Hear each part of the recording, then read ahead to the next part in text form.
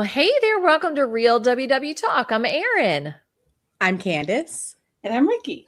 Ladies, last week we had a really awesome conversation about non-scale victories.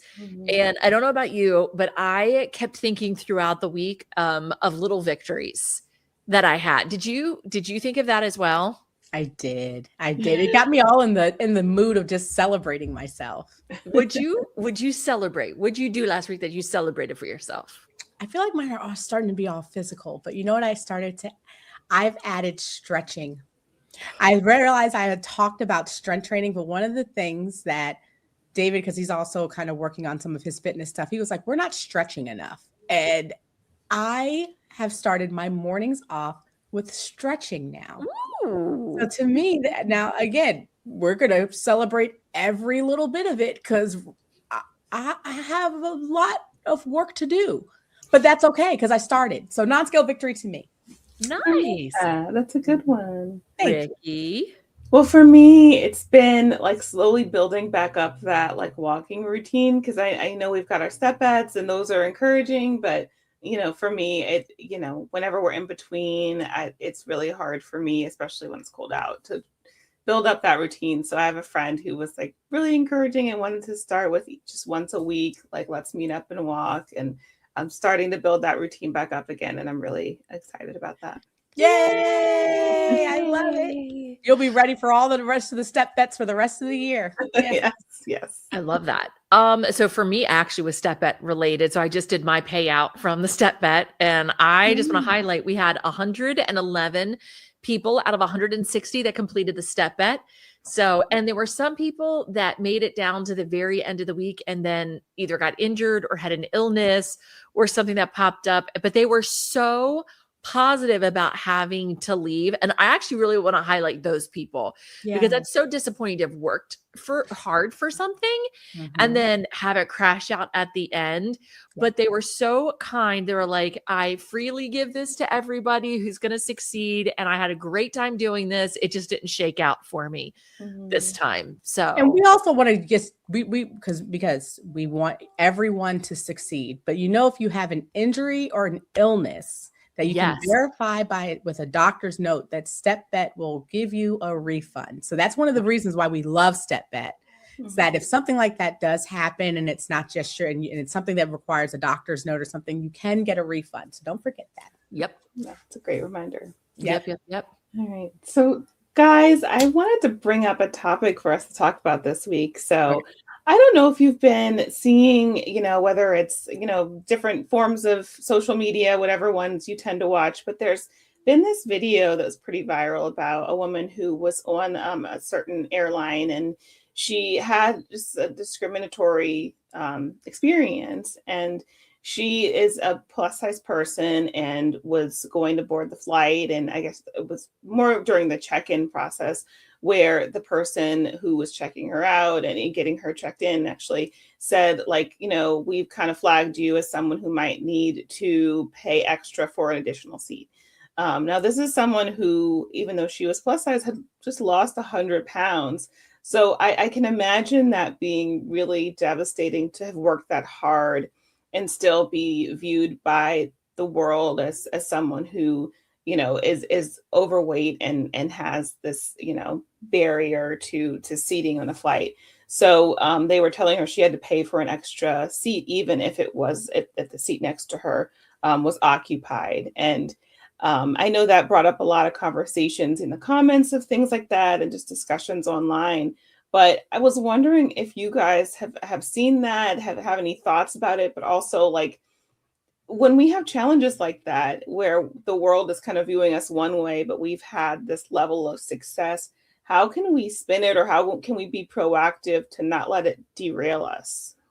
I saw that. I remember when that kind of came out. And I think that, I don't know, it kind of does play on a lot of the fears that I know I've had in the past, when traveling, about not just on planes, but like if you're at amusement parks, on rides or on seats, like how can I fit in this world? And so when you hear about things like that happening, I don't know, for me, it brought up, I could understand a lot of the comments that people were making about how it makes them afraid to want to like engage with the world. Like, oh, I'm not going to go on trips, or I'm not going to do this because I'm not sure. Mm-hmm. So I don't know, it really made me reflective of the way that the culture and the way that our world is set up to handle those who are people of size, you know, and especially when you don't know. Like for me, sometimes I'm like, I'm not really sure if like if I fit that, you know, policy. I'm not sure if I'm going to fit in that ride. I'm not sure if I'm going to fit on that chair. I'm not sure.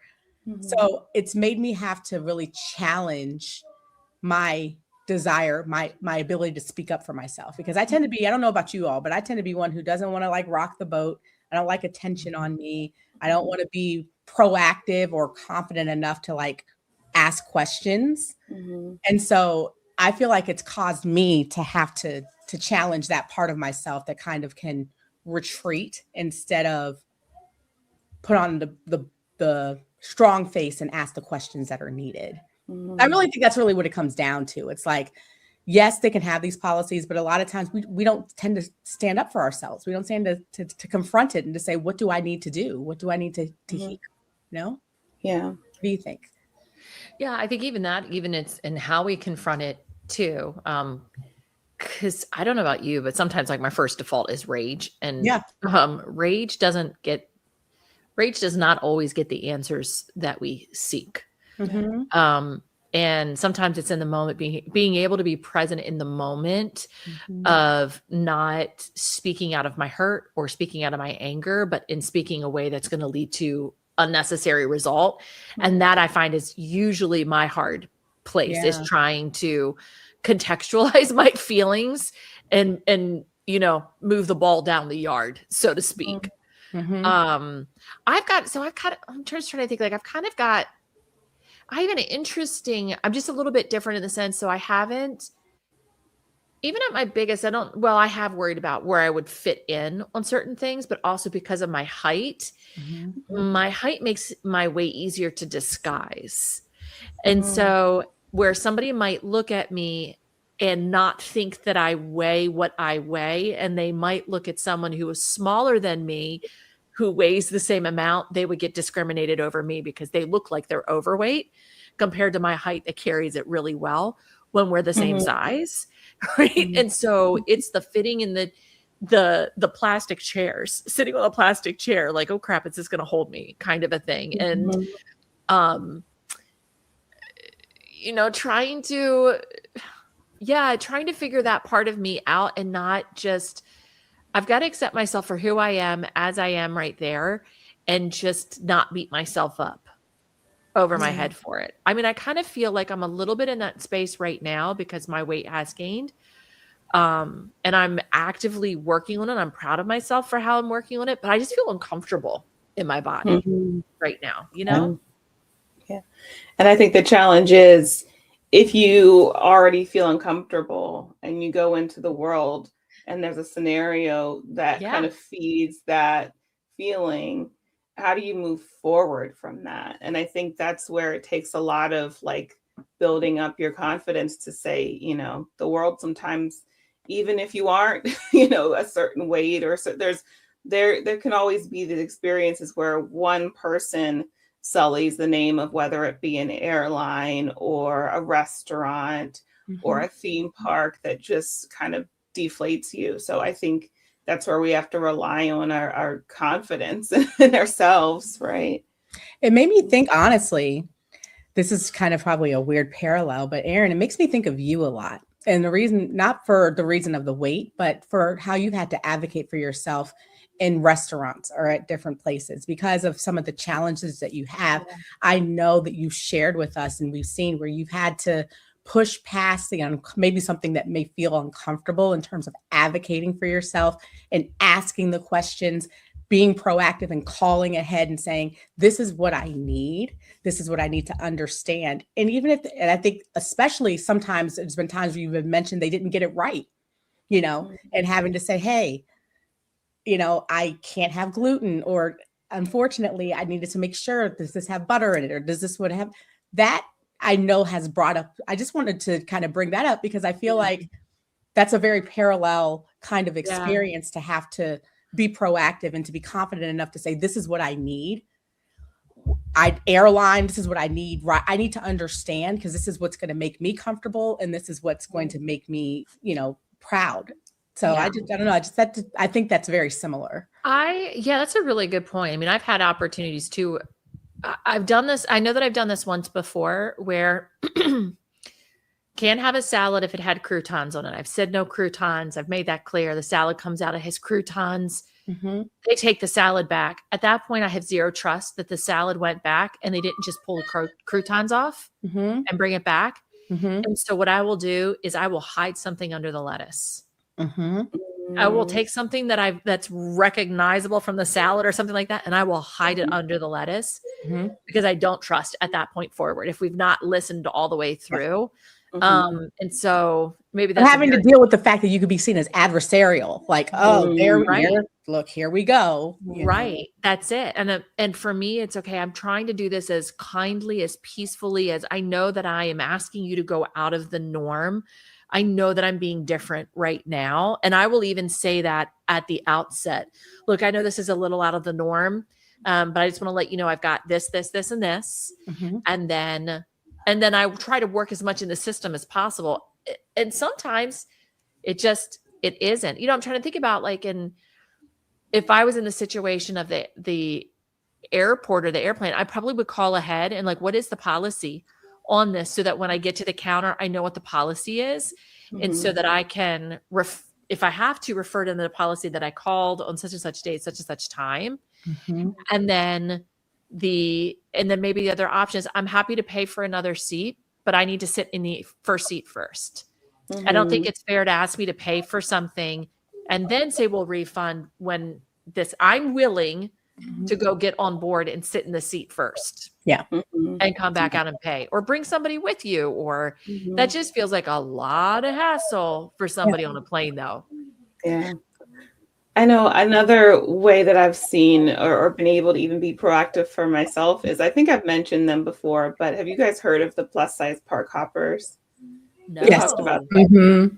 So they are a group of ladies. They're like 5 friends. I think they're from the northeast part of the country and New England area. And they travel to Disney a lot. And they've done so many videos about not only dining at Disney and how comfortable they've been in the seats there. And I think they range from sizes 2X to 5X. And they also do rides and talk about how they've been able to fit on rides, if it was comfortable or not, mostly at Disney, but sometimes Universal Studios. And I think it's very brave to put yourself out there and to say, hey, this is my size. And I tried to fit on this ride and I couldn't, because there's always, the internet is full of people who will be dismissive and be rude. And but I know I personally have had a lot of comfort in resources like that, where people have said, hey, I tried this and it was uncomfortable. This is my size. And so in situations like that, it's not exactly the same as the airport, but there are tools out there that you can do that research, whether it be a theme park or certain restaurants where people have shared their experience. So if you are really concerned going ahead, I think it gives you a peace of mind of okay, I'm going to go on this trip and I'm going to be able to do X, Y, and Z most likely without having any issues. Yeah. And I think that, like you said, research is key. Like you said, whether if it's a menu, researching the menu beforehand, saying this is what I need, but that confidence piece still is so I'm okay with being a burden is what I have to say. It's okay for me to take up space. It's okay for me to ask for what I need, because if I've done the research and it says this, and then I get there and experience something different, they put the crouton on the salad, or they tell me that I can't sit in the seat, and try it out. And I'm like, no, actually, my research shows that I can. I'm not going to apologize for what I need.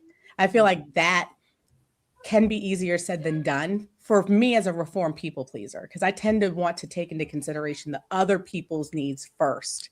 And that's what's bringing up all the challenge, because I'm like, well, what are other people? I don't want to, I know that I'm being difficult. Again, how we live. I know I'm being difficult. I know that I need so much, and I'm sorry, but I really need it. It's like, Yeah. I need this. I'm not a burden here. I'm actually a paying customer, just like I'm a everybody paying else. customer. Right. And it's up to them if they would choose not to like to receive my payment for everyone else. That it's kind of in their ballpark. You know, my challenge is, as you know, the joke with me, I've always shared, I'm a nervous flyer because I'm claustrophobic and I don't like it when it's hot on the plane. And for a period of time, it was so bad that I would talk to the pilot or the flight attendants before I got on set. But I wanted to assert, I want to let you know I'm a nervous flyer. I really don't like it when it's really, really hot on the plane. So if you have a choice pilot, let's not let air conditioning be the thing that you turn off. Like maybe not for this flight. Like I just wanted to ask, but I wanted to do that. It made me feel better for them to know. And I was flying with someone once who said, do you really have to do all that? It was like it was burdening her. And the part of me that was like, oh, I'm sorry. You know, no, yes, that's what I need to do right now. I need to say it. It didn't hurt. Most pilots are like, okay. I mean, good to know. Most people think it's freezing on the plane anyway. And I'm like, good. Roll with that. Don't change that. Well, and you guys are even having to watch me in real time discover, oh, I need this. Like we went out for a little Galentine's celebration and I had a complete crash out at the restaurant we picked because loud. Well, very loud. It was so, I mean, guys, it was above average loud, right? Yeah. This wasn't like DJ loud. I was like, I don't know if this is gonna work. Yeah. And It so was very loud. Yeah. It was very loud. And that's one of the things that I'm struggling with post brain surgery is volume, loud volumes, piercing volumes, anything that's volume. Let's just put it that way. And I am having now to realize, okay, well, if I go someplace, I got to know what the volume of the restaurant's going to be beforehand. And the ladies are always so gracious because, so for me, I feel like it's hard enough having to deal with my food allergies. That takes a lot of places off the table, right? It's not as fun as it could be. It's a little boring and they're adventurous people. And so they're willing to like step down their adventureness for me. And then I add and it's got to be quiet. It's got to be the sound of, a monk's habitat. But it's what I need right now. And that is really hard for me because I feel like I'm inconveniencing everybody right now. See, even that, like, I just have to say, Erin, like, I can tell you, Rikki, maybe I'm speaking for you, but honestly, the place that we ended up going is a place that, one, I felt burdened not by the food. I was like, this ravioli is amazing. Fantastic. And it was quiet for me too. So I think that was all, because I was thinking about that the whole time you were apologizing or this. It was like, I didn't need that. I understand. But I think that that's what happens out there. You think that people are having all of these opinions and it may not even be true. No. And the reality is I'm having the opinion. That's the reality. I'm having the opinion, right? Like I'm expecting, okay, this is going to be amazing. We're going to go do something fun. It's something different. And I'm letting myself down. I feel like I'm letting everyone else down. When in reality, I feel like we did have a really good dinner and it was quiet. We could hear each other. We talked and the food was good. Had a great salad. Waitress was great. Yeah. It was a great experience. And I think all of the things that were going on in your mind were like imposed upon us. I mean, I don't think either of us rolled our eyes or huffed off. No. Like, I guess we have to go. Oh my gosh. Here she goes again with the gluten. And now she can't have and now she can't hear all the loud, heavy metal. Are you crazy? But even the waitress, the people at the restaurant, like, hey, let's see if we can find another place. I know of another place that could be quieter. I think that is, to me, was such a great example of the fact that you have more people, I feel, who are willing to help and who are like, oh, no, yes, you have your outliers and people who are like, oh, my gosh. Like, oh. Yeah. But truthfully, like, if that's the minority, I don't want to say forget them, but maybe forget them. Yeah. Well, and I think people are more willing to help than we give people credit for. Sometimes one bad experience, we can't let maybe one or two bad experiences, paint everything. Because that experience, I went and told everybody, I'm fortunate. I've got I literally have a microphone. Yeah. And that's what I did I used my microphone Mhm. to go tell 300,000 people about this one restaurant and how amazingly they treated me. Yeah. And I'm so glad that I was able to do that. I had the Mhm. opportunity to do that. Mhm. But yeah, so I think maybe part of that too is like, what are we saying to ourselves about ourselves before we even get into that situation? Or what are we saying to ourselves about ourselves after Yeah. the situation? Maybe the situation doesn't go as well as we want. How are we picking ourselves back up from Right. that? And you know, it's also, and there's a little bit about how you're picking yourself up. And sometimes that's just, you know, giving yourself the grace and recognizing the humanness of what you need. But I struggle, and I want to add this to the conversation is, Erin, when you were saying that, you know, you were able to use your platform to highlight the restaurant. One of the things that my therapist has given me feedback on is that I can be overly, like, not overly thankful, but like I feel like I have to do so Interesting. much to like make it like, no, because you were just really great. You're really great. I'm gonna give you like a tip of like $80. Like it could just be she's like, you can just say thank you. Mhm. Like you don't have to overperform or Yeah. over this, because I'm doing that still from a place of an insecurity. I'm Mhm. sorry that I was such a big deal. And so I'm going to, and let me show you, it's worth it for you to do something for me. And she was like, Mhm. what if we just stopped it at thank you? Yeah. I Yeah. appreciate it. And I was like, yeah, but she's like, there's something to this need to go over and above. I'm not saying what you did. You actually have a platform to do it. But let's say you called 300,000 people, you know, they're like, you need to go to this restaurant. Or on the plane being like, no, thank you so much for being accommodating. I really appreciate it. It was just such a fear. Do you all struggle with that? Or I could understand that feedback that she gave me. I still do it though. Yeah, that is really interesting feedback. Yeah. Because she was like, why is it that you need that? Why is it that you need to go to that level in order to show like, and I was like, I don't know if it was, I Yeah. think it is an insecurity thing because I coming from a place of me saying that, of knowing that I've been insecure about certain things. Like if I think that I'm annoying someone, or even if I'm not, or like there's no reason that I would be, I'm just being myself, you know, and asking a question. I feel like I have to like prove that I'm worthy, and I think it's Mm. sometimes a worthiness thing, like, you know, sometimes like I think I was getting my nails done once and I was like, I feel like I'm being difficult. So I'll give an extra tip. Like I'm just gonna leave a little bit more. Not and it's one thing if it's like I'm like make the most complex thing ever and then I'm giving that extra tip. But if it's just because I felt like I asked for something to be redone, like that's I'm the customer. Customer's always right. And you know, I think I can see it in that aspect of me just wanting to prove myself as good enough, or like pleasing to that person, like people pleasing, really. Yeah.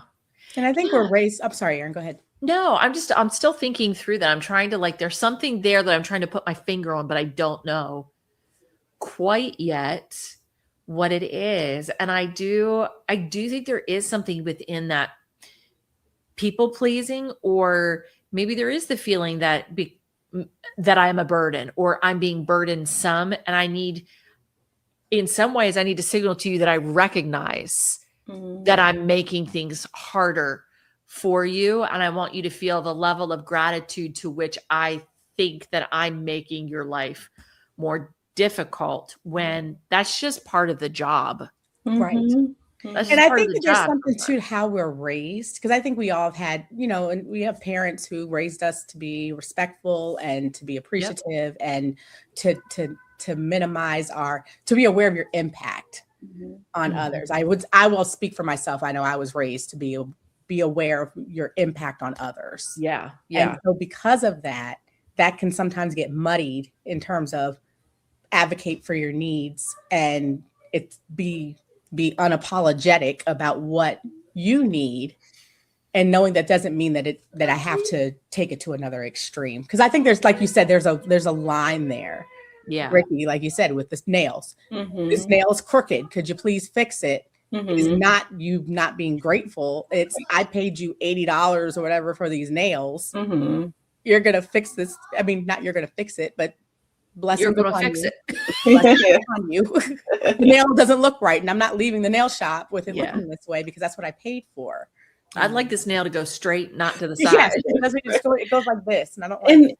And I think I've seen people advocate for themselves and been uncomfortable. Like the last time I was getting my nails done, there was someone next to me, and I do think she was a little bit too particular, but again, it's her. She's paying for a service. So if she doesn't like exactly how the nail tech is making the glitter show up on her nails, and it's her prerogative to say, I don't like this. Can you fix it? It just made me very uncomfortable because I'm like, she's difficult, and they're probably talking about her behind her back. But like, that's their choice if they are, and it's her choice to say, I'm not happy with this. Because how many times have I or have you guys not been happy with something and just left, been like, okay, that's fine. Bye. And then been like, oh, that was terrible. Like, it's not okay to not advocate for yourself. And I think that there's like that, like I said, we don't have to be, it's not, as we're working on not being extremes, it's like, you don't have to be, my mind can sometimes go to me advocating for myself is this mean thing. And even the tonality when we express it, you better fix this nail. I know you're going to put the air on this plane. You better know I got gluten in it. Like it can be said in a respectful way. Yeah. But it's just factual. I don't have to give you all the filler. I don't like it. You put a crouton in my salad, and I can't have croutons, like I told you. So, I need the plane. I don't like when the plane's very hot. If there's an option for you to keep the air on, that would be very much appreciated because I'm a nervous flyer that way. I'm not apologizing. I'm just telling you, but that's the truth for me. Those types of things, but I have seen also people who I feel have been rude, and I do play those things in my head, and I'm like, I don't want to sound like that, or I don't want to be that. But to my therapist's point, she was like, but that's not your nature. That's not who you generally are. So like you can be pretty confident that you don't tend to be all of this. You tend to be one who is respectful, but it shouldn't be to your detriment. I call it I can disagree without being disagreeable. Yes. And we do catch more flies with honey, right? And I always want to be able to win people over the best that I can, because more than likely I'm going to need whatever the service is again. And I think all of us at some point have worked some kind of a retail public service job. Rikki, you live in that space. I still live in that space, right? All of us do, and to some degree. I wanted somebody mom count. Well, 100%, because what I'm about to say will totally count. Like if somebody sees my face, I don't want them to go, not that one.